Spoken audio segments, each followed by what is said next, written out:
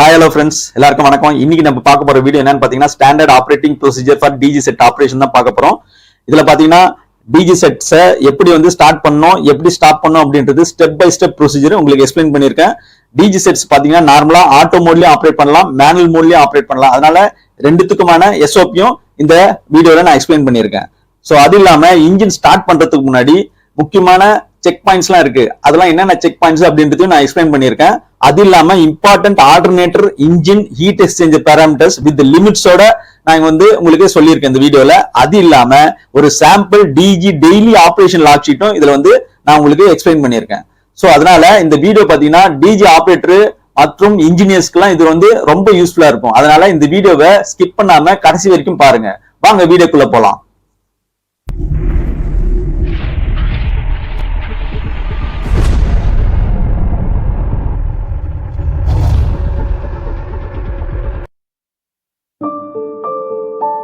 So இந்த maintenance ஃபீல்ட்ல இருக்கிறவங்களுக்கு நல்லாவே தெரியும், எல்லா எக்யூப்மெண்ட்டுக்கும் எஸ்ஓபி இருக்கணும்ன்றது தான் கிளைண்டோட எக்ஸ்பெக்டேஷன். ஐஎஸ்ஓவும் அதுதான் சொல்லுது. ஸோ அதனால இது இல்லாம நீங்க ஐஎஸ்ஓக்கும் போக முடியாது. ஸோ இது ரொம்ப ரொம்ப முக்கியன்றது எல்லாருக்குமே நல்லா தெரியும். ஸோ அப்படி இருக்கிற பட்சத்தில் புதுசாக இருக்கிறவங்களுக்கு இது ரொம்ப ரொம்ப யூஸ்ஃபுல்லா இருக்கும். ஸோ இதாங்க எஸ்ஓபியோட ஃபார்மெட்டு.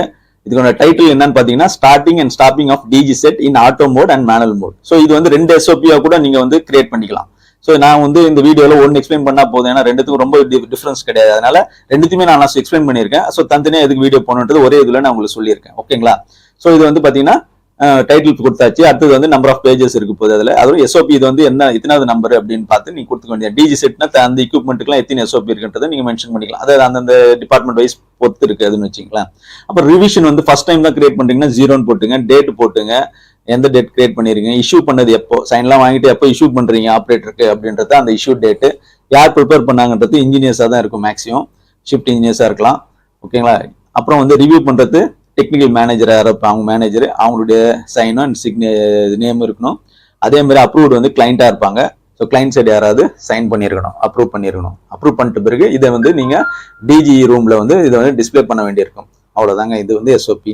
ஸோ இதனுடைய அப்ஜெக்டிவ் என்ன இப்போ அப்படின்னு பாத்தீங்கன்னா, the objective of this SOP is to establish a procedure for starting stopping of diesel generator set in manual mode and auto mode.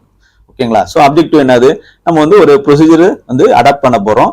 அதாவது starting and stopping of DG set in manual mode and auto mode அப்படின்றது objective. ஓகேங்களா? So அந்த title என்ன கொடுத்தீங்களோ அதே தான் இந்த அப்ஜெக்டிவா இருக்க போகுது. So இதோட பாலிசி என்ன அப்படின்றது நம்ம சொல்லிடணும். The operation of DG shall be planned and executed in a safe, smooth and trouble-free method to provide uninterrupted power supply to the building tenants. So இந்த பாலிசி எதுக்கு கிரியேட் பண்ணிருக்கோம், இந்த டிஜி செட் ஆபரேஷன் பாத்தீங்கன்னா சேஃபா இருக்கணும், ஸ்மூத்தா இருக்கணும், ட்ரபிள் ஃப்ரீயாவும் இருக்கணும். எதுக்காக அப்படின்னா அன்இன்டரப்டட் பவர் சப்ளையை நம்ம பில்டிங் டெனன்ட்டுக்கு கொடுக்கணும். ஸோ எந்த இன்டரப்ஷன் இருக்கக்கூடாது பவர் சப்ளை. ஓகேங்களா? இப்போ இபி பவர் கட் ஆகுதுன்னா டிஜி லெஸ் தென் 3 மினிட்ஸ்ல ஸ்டார்ட் ஆயிடணும். ஆக்சுவலா அதுவே அதிகம். நான் சொல்றது ஃபார் எக்ஸாம்பிளுக்கு 1 or 2 மினிட்ஸ்ல உங்களுக்கு பவர் சப்ளை இன்டரப்ஷன் அவ்வளவுதான் இருக்கணும். அதுக்கு மேல இருந்ததுன்னா கண்டிப்பா பிரச்சனை தான். ஓகேங்களா? சோ அதனால அதுதான் நீங்க பாலிசியா கிரியேட் பண்ணி வச்சுக்கணும். ஓகேங்களா? ரெஸ்பான்சிபிலிட்டி யாரு அப்படின்னு பாத்தீங்கன்னா டெக்னிக்கல் ஓஎன்எம் டீம் தான், எலக்ட்ரிக்கல் டீம் தான் மெயினான ஒரு ரெஸ்பான்சிபிலிட்டி. அதுக்கு மேல ஓனர்ஷிப் பாத்தீங்கன்னா அந்த டெக்னிக்கல் மேனேஜரா தான் இருப்பாரு. ஓகேங்களா? ஸோ ஃபர்ஸ்ட் நம்ம procedure to start the DG set in manual மோட பார்க்கலாம். ஸோ டிஜி செட்டை மேனுவல் மோட்ல ஸ்டார்ட் பண்றதுக்கு முன்னாடி சில ப்ரிலிமினரி செக்ஸ் எல்லாம் இருக்குங்க. அது என்னன்றது நம்ம பார்க்கலாம் ஒன்னொன்னா. அது ரொம்ப ரொம்ப முக்கியம். ஸோ ஃபர்ஸ்ட் கிளீனிங்னா ரொம்ப முக்கியம். ஓகேங்களா? இன்ஜின் எப்பவுமே கிளீனா வச்சுன்னு இருக்கணும். ரெண்டாவது அதனுடைய சரௌண்டிங் ஏரியாஸும் எந்த அப்ஸ்ட்ரக்ஷன் இல்லாம ஃப்ரீயாவும் இருக்கணும், கிளீனாவும் இருக்கணும். ஓகேங்களா? மூணாவது அதே நேரத்தில் நீங்க கிளீன் பண்ணும்போதே கவனிக்கலாம், ஏதாவது ஃபியூல் லீக்கேஜ் இருக்கா, ஆயில் லீக்கேஜ் இருக்கா, இல்ல கூலண்ட் லீக்கேஜ் இருக்கான்றதையும் நம்ம கவனிக்க முடியும் கிளீன் பண்ணும்போது. அப்பவே சில விஷயங்களை நம்ம தெரிஞ்சுக்க முடியும். சில ஏதாவது பிரச்சனைகள் இருக்கா இன்ஜின்ல அப்படின்றது கிளீனா தெரிஞ்சுக்கலாம். அதுக்காக தான் கிளீனிங் ரொம்ப ரொம்ப முக்கியம். சேஃப்டி பர்பஸ்க்கும் அது ரொம்ப ரொம்ப முக்கியம். ஓகேங்களா? ரெண்டாவது பாத்தீங்கன்னா ஏர் சிஸ்டம் செக்கிங் பண்ணணும். ஸோ அதுல என்னென்ன செக் பண்ணுவீங்க ஏர் சிஸ்டம், இன்ஜினோட ஏர் சிஸ்டம் அப்படின்னு பாத்தீங்கன்னா check vacuum indicator for air restriction. ஓகேங்களா? ஏர் வேக்யூம் இண்டிகேட்டர் செக் பண்ணீங்கன்னா அதுல ரெட் கலரு கிரீன் கலர்னு இருக்கும். ஸோ ரெட் கலர் இருந்ததுன்னா அங்க கிளீன் பண்ண வேண்டியிருக்கும், ஏர் அந்த ஃபில்டரை கிளீன் பண்ண வேண்டியிருக்கும். ஸோ அது இருக்கக்கூடாது, அது அப்ஸ்ட்ரக்ஷன் இருக்குன்னு அர்த்தம். ஓகேங்களா? ஸோ அப்போ என்ன பண்ணணும், check the sealing and condition of air filter check பண்ணணும்.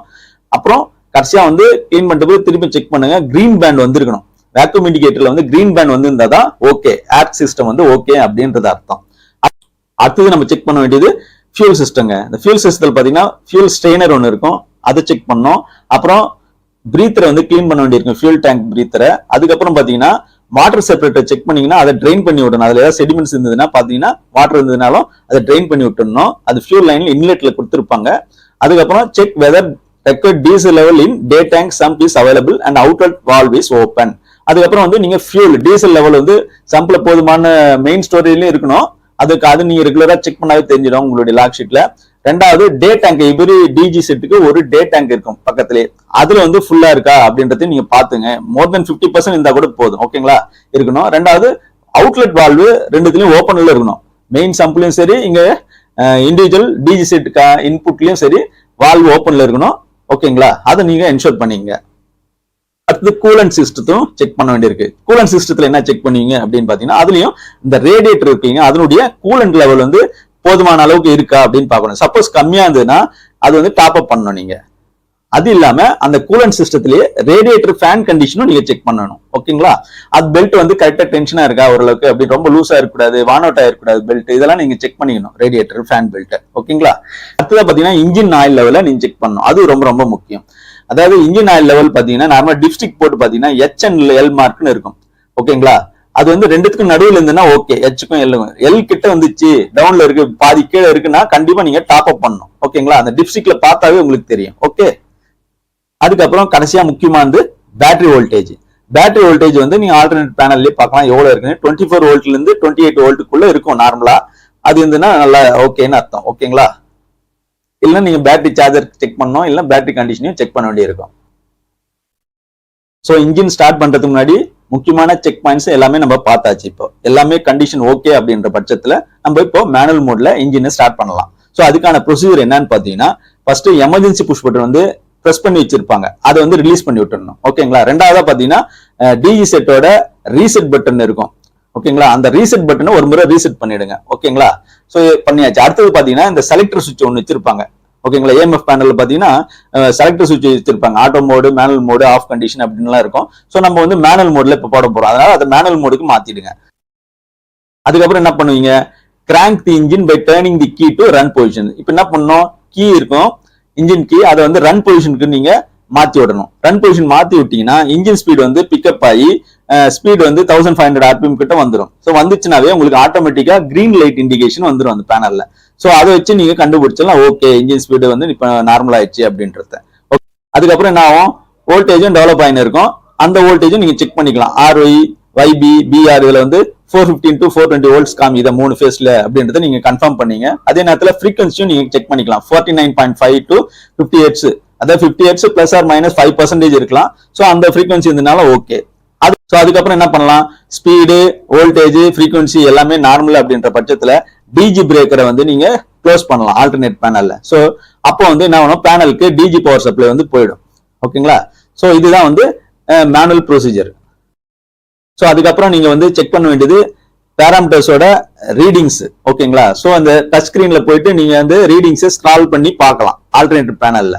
ஸோ அதுல பாத்தீங்கன்னா உங்களுக்கு என்னென்ன பேராமீட்டர்ஸ் இருக்கும் அப்படின்னு பாத்தீங்கன்னா, RPM, lube oil pressure, lube oil temperature இருக்கும், water temperature in and out இருக்கும், voltage, current, kilowatt hour, kilowatt, power factor, இது எல்லாமே இருக்கும். இந்த பேராமீட்டர்ஸ் எல்லாமே நீங்க வந்து உங்களுடைய டிஜி லாக் ஷீட்ல ரெக்கார்ட் பண்ண டைமிங்கோட. ஸோ எவ்ரி 2 hours, இப்போ டிஜி செட் வந்து ஸ்டாண்ட் பை டிஜி செட்டா இருந்தது, பவர் சப்ளை போனப்போ இவி பவர் சப்ளை போகும்போது தான் யூஸ் பண்றீங்க அப்படின்னா நீங்க 1 hour ஒன்ஸ் வந்து ரீடிங் எடுக்க வேண்டியிருக்கும், ஓகேங்களா.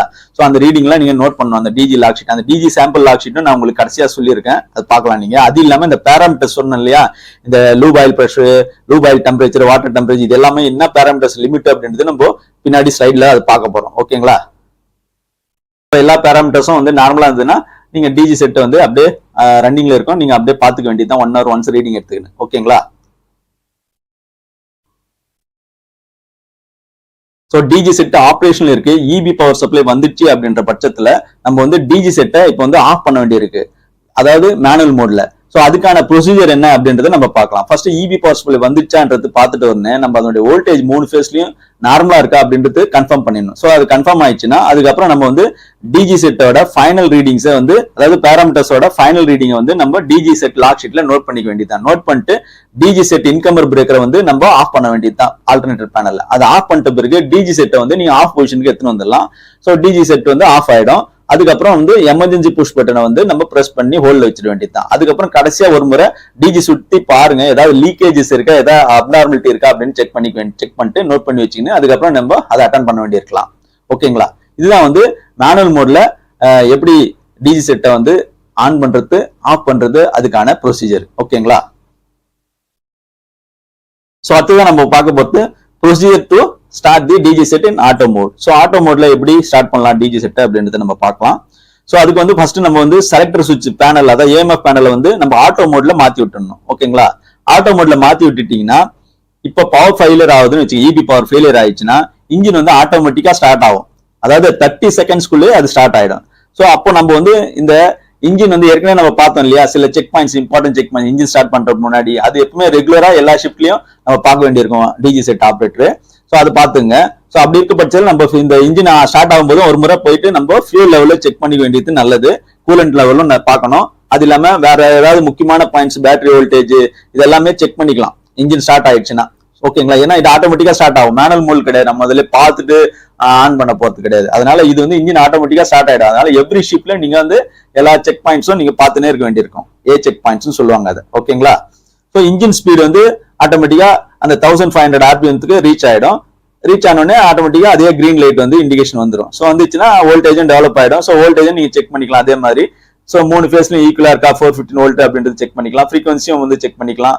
அதுக்கப்புறம் என்ன ஆகும், இது எல்லாமே நார்மல் வோல்டேஜ், ஆர்பிஎம், ஃப்ரீக்வன்சி எல்லாம் நார்மல் தெரிஞ்ச பிறகு டிஜி பிரேக் வந்து ஏஎம்எஃப் பேனல்ல ஆட்டோமேட்டிக்கா க்ளோஸ் ஆயிடும். ஸோ க்ளோஸ் ஆன உடனே டிஜி பவர் சப்ளை வந்து பேனல்ல வந்துடும். ஓகேங்களா? இப்போ வந்து திரும்பி நீங்க அதே மாதிரி ரீடிங்ஸை செக் பண்ணலாம். ஆல்டர்னேட்டர் பேனல்ல எல்லா பேராமீட்டர்ஸோட ரீடிங் வந்து செக் பண்ணலாம். அது வந்து டிஜி ஆபரேஷன் லாக் ஷீட்ல நீங்க ரெக்கார்ட் பண்ண வேண்டியது தான். ஓகேங்களா? அதே தான். ஓகேங்களா? கொஞ்சம் வித்தியாசம், இது ஆட்டோமேட்டிக்கா ஆன் ஆகும், பட் மற்ற ப்ரொசீஜர்லாம் அதே தான்.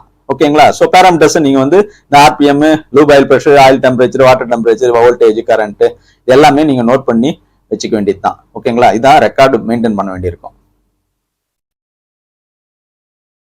ஸோ அடுத்ததா பாத்தீங்கன்னா procedure for stopping DG set in auto mode. So auto மோட்ல டிஜி செட் எப்படி ஸ்டாப் ஆகுது அதுக்கான ப்ரொசீஜர் என்ன அப்படின்றது பாத்தீங்கன்னா, ஏஎம்எஃப் பேனல்னா will sense whether EB power supply is resumed. So EB power supply வந்தோடனே ஏஎம்எஃப் பேனல் வந்து சென்ஸ் பண்ணிடும். சென்ஸ் பண்ணி DG incomer breaker, bus coupler இதெல்லாம் வந்து ஆட்டோமேட்டிக்கா ஆஃப் பண்ணி விட்டுடும். அதே நேரத்தில் டிரான்ஸ்ஃபார்மரோட பிரேக்கர்ஸ்லாம் க்ளோஸ் பண்ணி விட்டுடும். ஸோ க்ளோஸ் பண்ணா பவர் சப்ளை பில்டிங்க்கு கிடைச்சிடும். ஓகேங்களா? ஸோ இந்த டைம்ல நீங்க டிஜி செட் ஆஃப் ஆனோடனே அதனுடைய ஃபைனல் ரீடிங் பேராமீட்டர்ஸ் வந்து நோட் பண்ண வேண்டியதுதான். ஓகேங்களா? நோட் பண்ணி லாக் ஷீட்ல மெயின்டைன் பண்ணிக்கலாம். இன்ஜின் வந்து ஆட்டோமேட்டிக்கா ஸ்டாப் ஆயிட போகுது. அதுக்கப்புறம் அதே மாதிரி ஏதாவது லீக்கேஜஸ், ஏதாவது அப்நார்மலிட்டி இருக்கான்னு செக் பண்ணிக்கோங்க. ஓகேங்களா? ஸோ இதுதான் வந்து ப்ரொசீஜருங்க. ஸோ இது இல்லாம சில முக்கியமான பாயிண்ட்ஸும் வந்து இந்த ஆப்ரேட்டர்ஸ் வந்து நோட் பண்ண வேண்டியிருக்கு. முக்கியமானது என்னென்ன அப்படின்னு பார்த்தீங்கன்னா, எப்பவுமே ஒரு சூப்பர்வைசர் இல்லாம டெக்னீஷியன் மட்டும் போய் ஆப்ரேட்டர் பண்றது அட்வைசபிள் கிடையாது அப்படின்னு சொல்லிடணும். ஸோ ஏதாவது டீவியேஷன், ஏதாவது பிரச்சனைகள், அப்நார்மலிட்டி இருந்தா உடனே இன்ஜினியர்ஸ்க்கோ அவங்க மேனேஜர்ஸ்க்கோ தெரியப்படுத்தணும் அப்படின்றது தான் நீங்க சொல்லணும் அந்த எஸ்ஓபியில கடைசியா. அது இல்லாம please remember safety first always, hence follow the safety norms without any deviation. So safety வந்து ரொம்ப முக்கியம் அப்படின்றது திரும்ப நீங்க அதை உறுதிப்படுத்தணும். அதுல வந்து ப்ராப்பரா பிபிஇ எல்லாம் வேர் பண்ணணும். எலக்ட்ரிக்கல் சேஃப்டி ஷூஸ் இருக்கணும், ஹேண்ட் கிளவுஸ் இருக்கணும், ஏர் மஃப் இருக்கணும் காதுக்கு, அப்புறம் காகுல்ஸ் இருக்கணும். இதெல்லாம் வந்து எப்பவுமே வந்து நம்ம வந்து அந்த டிஜி ரூம்லயே இருக்கும், அவைலபிலிட்டியா இருக்கணும். டிஜி செட் ஆப்ரேஷன்ல இருக்கும்போது இல்லை மெயின்டெனன்ஸ் பண்ணும்போது சேஃப் பிபி எக்யூப்மெண்ட்ஸ் வந்து நம்ம போட்டுன்னு தான் வேலை செய்யணும். ஓகேங்களா? So disclaimer என்ன அப்படின்றது பாத்தீங்கன்னா, this SOP has been framed to provide the basic procedure to operate the DG set in manual mode, auto mode in a safe way. So safe wayல வந்து எப்படி டிஜி செட் வந்து ஆப்ரேட் பண்ணணும், இதோட பேசிக் ப்ரொசீஜர் தான் இந்த எஸ்ஓபி சொல்லுது அப்படின்றத நீங்க சொல்லிடலாம் டிஸ்க்ளைமர்ல. ஸோ இதுல ஏதாவது அப்டேட் பண்ண வேண்டியது இருக்குன்னா நீங்க ரிவிஷன் 0ன்னு இருக்கும் ஃபர்ஸ்ட் டைம் பண்ணும்போது இந்த எஸ்ஓபி, அதுக்கப்புறம் ரிவிஷன் 1ன்னு கொடுத்து அப்டேட் பண்ணி நீங்க அதை அப்டேட்டட் இது வந்து பிரிண்ட் அவுட் எடுத்து டிஜி ரூம்ல வந்து டிஸ்பிளே பண்ண வேண்டியது தான். ஓகேங்களா? அதே மாதிரி இந்த ரிவிஷன் கைடுன்னு ஒன்று சொல்லியிருப்பாங்க. அதுல என்ன சொல்லியிருப்பாங்கன்னா, any change in the system will need a change in the SOP. So சிஸ்டத்துல ஏதாவது சேஞ்ச் இருந்ததுன்னா அதுக்கு எஸ்ஓபிலையும் சேஞ்ச் பண்ண வேண்டியிருக்கும் அப்படின்றத நீங்க மென்ஷன் பண்ணணும். இதுதான் ஒரு எஸ்ஓபி எப்படி பண்ணணும், எப்படி டாக்குமெண்ட் கிரியேட் பண்ணணும் அப்படின்றது உங்களுக்கு புரிஞ்சிருக்கும். அதே நேரத்தில் டிஜி செட் வந்து எப்படி ஸ்டார்ட் பண்ணணும் ஸ்டாப் பண்ணணும் அப்படின்றது உங்களுக்கு புரிஞ்சிருக்கும் இதுல. ஓகேங்களா? அடுத்ததான் நம்ம வந்து ஆல்டர்னேட்டர், இன்ஜின், அப்புறம் ஹீட் எக்ஸ்சேஞ்சரோட முக்கியமான பேராமீட்டர்ஸ் என்னென்ன அப்படின்றதையும் அதனுடைய லிமிட்ஸ் என்னன்றதையும் நம்ம ஒன்னு ஒன்னா பார்க்கலாம். ஃபர்ஸ்ட் பாத்தீங்கன்னா ஆல்டர்னேட்டரோட பேராமீட்டர்ஸ் என்ன அப்படின்றது பார்க்கலாம். அதை டைம் நம்ம நார்மலா யூஸ்வலா நோட் பண்ண வேண்டியதுதான். ஸோ அதனுடைய வோல்டேஜ்ல பாத்தீங்கன்னா 415 வோல்ட் இருக்கணும், அதான் ஸ்டாண்டர்டு. ஸோ அதனுடைய லிமிட் பாத்தீங்கன்னா பிளஸ் ஆர் மைனஸ் 5% இருக்கலாம். ஸோ அதை வந்து பாத்துங்க, ஆர்ஒய்ல என்ன, YB-ல என்ன, BR-ல என்னன்னா மூணுத்துலயும் வந்து 415 வோல்ட் இருக்கா அப்படின்றது பாத்துங்க. கரண்ட் அதே மாதிரி செக் பண்ணீங்க, அதனுடைய கெப்பாசிட்டிக்கு ஏற்ற மாதிரி ஃபுல் லோட் கரண்ட்டுக்கு மேல எக்ஸீட் ஆகக்கூடாது. ஸோ அதையும் செக் பண்ணீங்க. அது கரண்ட் RYB 3 ஃபேஸ்லயும் நீங்க நோட் பண்ண வேண்டியதான். அதே மாதிரி கிலோவாட்டும் அதனுடைய கெப்பாசிட்டி என்னவோ ஆல்டர்னேட்டரோட கெப்பாசிட்டி அதுக்கேற்ற மாதிரி இருக்கா அப்படின்றதையும் பாத்துங்க. பவர் ஃபேக்டர் வந்து 0.8 தான் டிசைன். ஸோ 1 வரைக்கும் இருக்கலாம், அதையும் நீங்க செக் பண்ணீங்க. ஸோ ஃப்ரீக்வன்சி பாத்தீங்கன்னா 50 ஹெர்ட்ஸ், அதனுடைய லிமிட் பாத்தீங்கன்னா பிளஸ் ஆர் மைனஸ் 3% வரைக்கும் இருக்கலாம். அடுத்தது இன்ஜினோட பேராமீட்டர்ஸ். இன்ஜின்ல பாத்தீங்கன்னா இன்ஜின் ரன் ஹவர்ஸ் ரொம்ப முக்கியம். எதுக்குன்னா மெயின்டெனன்ஸ் பண்ண வேண்டியதுக்காக அது ரொம்ப ரொம்ப முக்கியம். ஒரு ஹவர்ஸ்லயும் ஒரு மெயின்டெனன்ஸ் செக் பண்ணுவாங்க. ஸோ அது வந்து நீங்க செக் பண்றது ரொம்ப முக்கியம். ஸோ அடுத்தது பாத்தீங்கன்னா ஆர்பிஎம் வந்து 1500 RPM நார்மல் ஸ்டாண்டர்டு. ஸோ இதனுடைய லிமிட் பாத்தீங்கன்னா 1495 இருந்து 1510 இருக்கலாம், அந்த ரேஞ்சுக்குள்ள. அதே மாதிரி லூப் ஆயில் பிரஷர் பாத்தீங்கன்னா 3 to 6.5 kg per square centimeter இருக்கணும். ஸோ அந்த ரேஞ்சுக்குள்ள. அதே மாதிரி லூப் ஆயில் டெம்பரேச்சர் பாத்தீங்கன்னா 75 டிகிரி சென்டிகிரேட்ல இருந்து 105 டிகிரி சென்டிகிரேட்குள்ள இருக்கணும். அதே மாதிரி ஃபியூல் இன்லெட் டெம்பரேச்சர் பாத்தீங்கன்னா 159 டிகிரி ஃபாரன்ஹைட் இருக்கணும். ஓகேங்களா? சோ மூணாவதா பாத்தீங்கன்னா ஹீட் எக்ஸ்சேஞ்சரோட பேராமீட்டர்ஸ் என்ன அப்படின்றது நம்ம பார்க்கலாம். இதுல வந்து பாத்தீங்கன்னா கூலண்ட் டெம்பரேச்சர் பாத்தீங்கன்னா 40 டிகிரி சென்டிகிரேட்ல இருந்து 85 டிகிரி சென்டிகிரேட்குள்ள இருக்கணும். இன்லெட் பிரஷர் பாத்தீங்கன்னா 1 kg இருந்து 1.5 kg per centimeter square இருக்கணும். இன்லெட் டெம்பரேச்சர் பாத்தீங்கன்னா 60 டிகிரி சென்டிகிரேட்ல இருந்து 85 டிகிரி சென்டிகிரேட்குள்ள இருக்கணும். அவுட்லெட் பிரஷர் பாத்தீங்கன்னா 1 kg இருந்து 1.5 kg per centimeter square இருக்கணும். ஓகேங்களா? சோ அதர் பேராமீட்டர்ஸ் என்னென்ன செக் பண்ணணும் அப்படின்னு பாத்தீங்கன்னா யூனிட்ஸ் ஜென்ரேட்டர் கண்டிப்பா நீங்க செக் பண்ண வேண்டியிருக்கும். எவ்வளவு கிலோவாட் ஹவர் ஜென்ரேட் ஆகுது, எவ்வளவு டீசல் ஆட் பண்ணதுக்கு எவ்வளவு கிலோவாட் ஹவர் ஜென்ரேட் ஆகுது அப்படின்றது கண்டுபிடிக்கிறதுக்கு இது ரொம்ப யூஸ்ஃபுல்லா இருக்கும். அதுக்கு பேர் தான் ஸ்பெசிபிக் ஃபியூல் கன்சம்ஷன் அப்படின்னு சொல்லுவாங்க. 1 லிட்டருக்கு எவ்வளவு வந்து யூனிட்ஸ் ஜென்ரேட் ஆயிருக்கு அப்படின்றத பார்ப்பாங்க. அது வந்து 3 to 4 இருக்குள்ள அந்த ரேஞ்சில் இருக்கும் நார்மலா. அதையும் பாத்துங்க. அதே மாதிரி லூப் ஆயில் ஆடட் எவ்வளவு இருக்கணும் அப்படின்றத பாத்துங்க. அப்புறம் டீசல் லெவல் எவ்வளவு இருக்கு, எவ்வளவு கன்சம்ஷன் ஆயிருக்கு அப்படின்றதையும் நீங்க செக் பண்ணிக்கலாம். ஸோ இவ்வளவுதான் முக்கியமான பேராமீட்டர்ஸ் நீங்க நோட் பண்ண வேண்டியிருக்கும் உங்க லாக் ஷீட்ல.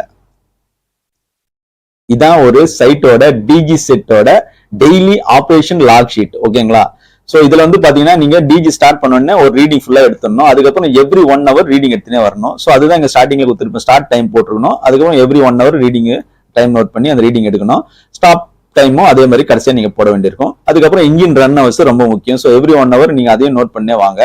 அதுக்கப்புறம் பாத்தீங்கன்னா ஆல்டர்னேட்டரோட பேராமீட்டர்ஸ் என்னென்ன, அதாவது ஏஎம்எஃப் பேராமீட்டர்ஸ் சொல்லுவாங்க. அதுல வந்து வோல்டேஜ் பார்ப்பீங்க. RY, YB, BR அந்த லிமிட்டுக்கு ஏற்ற மாதிரி இருக்கா, 415 வோல்ட் அப்படின்றத பாத்துங்க. அதே மாதிரி கரண்ட்டும் லிமிட்ல இருக்கா, ஃபுல் லோட் கரண்ட்டுக்குள்ள இருக்கா அப்படின்றதையும் நீங்க பாத்துக்கலாம். ஓகேங்களா? RYB அது 3 ஃபேஸ்லயும் நோட் பண்ணீங்க. அதே மாதிரி கிலோவாட் நோட் பண்ணிக்க போறீங்க. அதுக்கப்புறம் பவர் ஃபேக்டர் வந்து 0.8 இருந்து 1 வரைக்கும் இருக்கா அப்படின்றது நோட் பண்ணணும். அப்புறம் frequency 50 hertz plus or minus 5% இருக்கான்னு பாத்துக்க போறீங்க. இல்ல 3%, சாரி 3% தான் இருக்கணும். 5% வரைக்கும் இருந்தாலும் ஒன்றும் பிரச்சனை இல்லை. நார்மலா அந்த ரேஞ்சுக்கு போகக்கூடாது. அப்புறம் இன்ஜின் பேராமீட்டர்ஸ்ல அப்படின்னு பார்க்கும்போது RPM பாத்துக்க போறீங்க 1495 to 1510. அதுக்கப்புறம் வாட்டர் டெம்பரேச்சர் பாத்துக்க போறீங்க. ஓகேங்களா? அதுக்கப்புறம் oil pressure 3 to 6.5 kg per centimeter square குள்ள இருக்கா அப்படின்றத நோட் பண்ணி அது பாத்துக்க வேண்டியதுதான்.